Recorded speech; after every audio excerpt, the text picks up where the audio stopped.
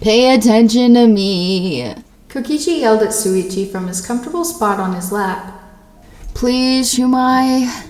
He pleaded, but to no avail. Fine, Shuichi. Don't pay attention to me and keep putting all your focus on your damn book. He shouted, slouching more into Shuichi's lap, and ended up letting his head fall completely on Shuichi's lap. He sat there, pouting, waiting to get a reaction from Shuichi. Ugh! He yelled. You're so boring, he said, sitting up and then falling dramatically on Shuichi's chest, causing Shuichi to do nothing but turn the page. Annoyed, Kokichi got up and sat in the corner of the room sulking. He tried to do everything he could think of at this point to get his attention, and even played with his hair for God's sake. And he hates when people play with his hair, but he was still engulfed in his book, too busy to pay attention to Kokichi. The self-loathing thoughts started coming into his head, and he laid on the ground, tears coming to his eyes from the fear of abandonment. He lay on the ground for what seemed like hours, even though it was probably only like 5 minutes that had passed. When will this torture end? He thought, right after he felt like he was on the brink of breaking down. He felt a familiar pair of hands embrace him from behind. He looked down and saw the hands he knew so well. Shuichi, he exclaimed, turning around to kiss Shuichi on his soft lips. Shuichi kissed back almost instantly. They stayed in the passionate kiss for a moment before breaking away, still inches apart from each other. I'm sorry that took so long. Shuichi apologized in a breathy whisper. Kokichi wanted to be mad and pull away, but some unknown force, and him being hella flustered from Shuichi being so forward earlier, made him stay frozen in that spot. it's alright, but never do that again, he said in a quiet tone, all the thoughts coming back to his mind. He hugged Shuichi with tears coming to his eyes again. He felt like the boy could slip away from him if he didn't hold him close, and today didn't help with the paranoia of abandonment in the back of his mind. I promise I won't, Shuichi said, holding Kokichi as tight as he was clinging to him. He rubbed circles into his back, trying to calm him down, because he could sense that Kokichi was nervous of being abandoned. Kokichi never really had anyone this close to him, and he didn't want to lose that like he has lost everyone else that was in his life. You should go to sleep. It's late, Shuichi said, picking him up like a toddler, holding his back and using his other hand to hold him up. I will only go to bed if you go to bed too, he said, burying his head into his shoulder, causing Shuichi to chuckle. Shuichi loved how Oma was so childish sometimes, even though he would never say it to his face. Shuichi actually couldn't think of anything he hated about the boy. Everything he did was a part of him, and Shuichi loved all of him, even though sometimes he got on his nerves.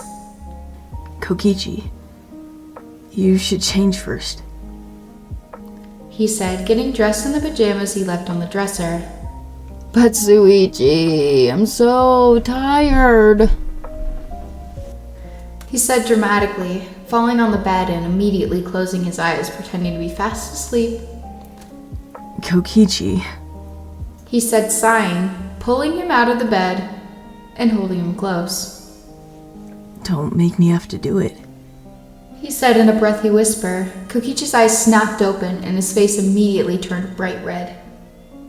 no thanks, I can change myself, thank you, He said, running over and changing quickly before going back to the bed and hiding under the covers. Shuichi chuckled to himself. He found it humorous that he could make Kokichi, a boy who was normally so cocky and bold, flustered by a single gesture.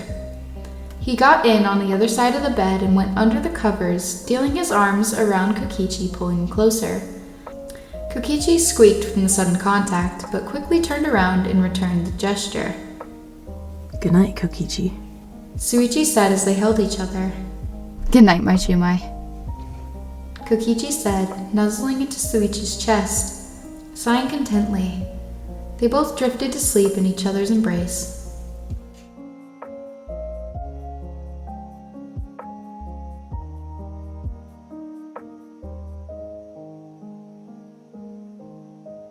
I remember writing this one.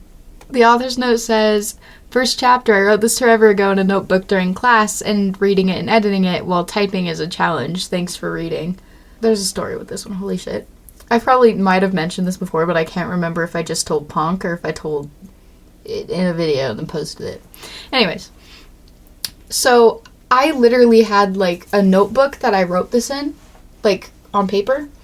I want to say it was, like, super late at night. Like, it past freaking midnight, I got this stupid idea. And I was like, oh my god, I want to write that. But I didn't have access to my computer because I was either 14 or 15. I can't remember. But my mom didn't let me keep my computer in my room. So I wasn't able to write on my computer. So I had to write it in a notebook.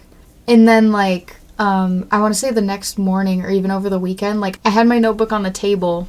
And then I, like, wrote this in it.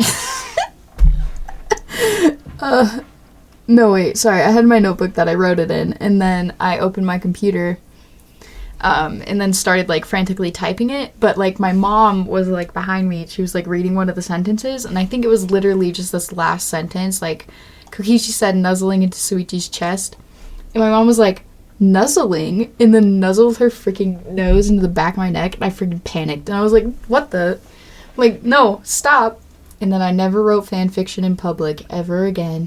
Except that's not true. I wrote it in class all the time, but I was always in the back of the class, so I don't think that's a big deal. Anyway, that was my rambling. I hope you enjoyed the first part of the story I've written called Kokichi with a question mark. That's not...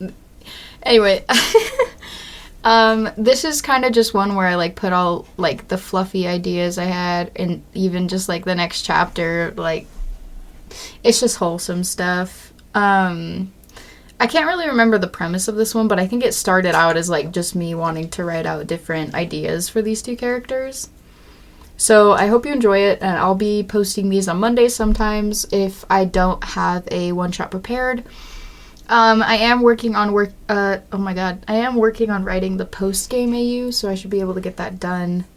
Hopefully, it'll be done by the end of the week, and me and Bonk can record it over the weekend, and then get that out on Monday. But if not, part 2 will be coming out on next Monday. But I'll update you on what's going on, and if you have any requests, you can leave them in the comments or even comment on, like, my community posts. I have a document called requests. Well, technically it's a Google sheet, but whatever.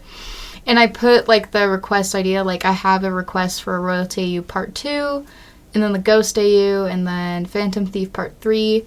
And I'll just put, like, kind of what it is, and if you guys give me, like, a description of it, I will put the description in, like, a comment on it with your name and your YouTube at. So if you want to leave a comment and have, like, an idea, it doesn't have to be, sorry, I don't know what the fuck I'm saying.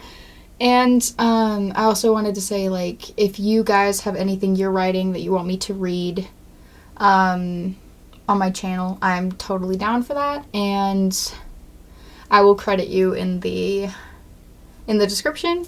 So if you guys have anything you're writing and you really want me to read it, then I am totally down to read it. So thank you guys so much for your continued support and watching my videos and enjoying my content.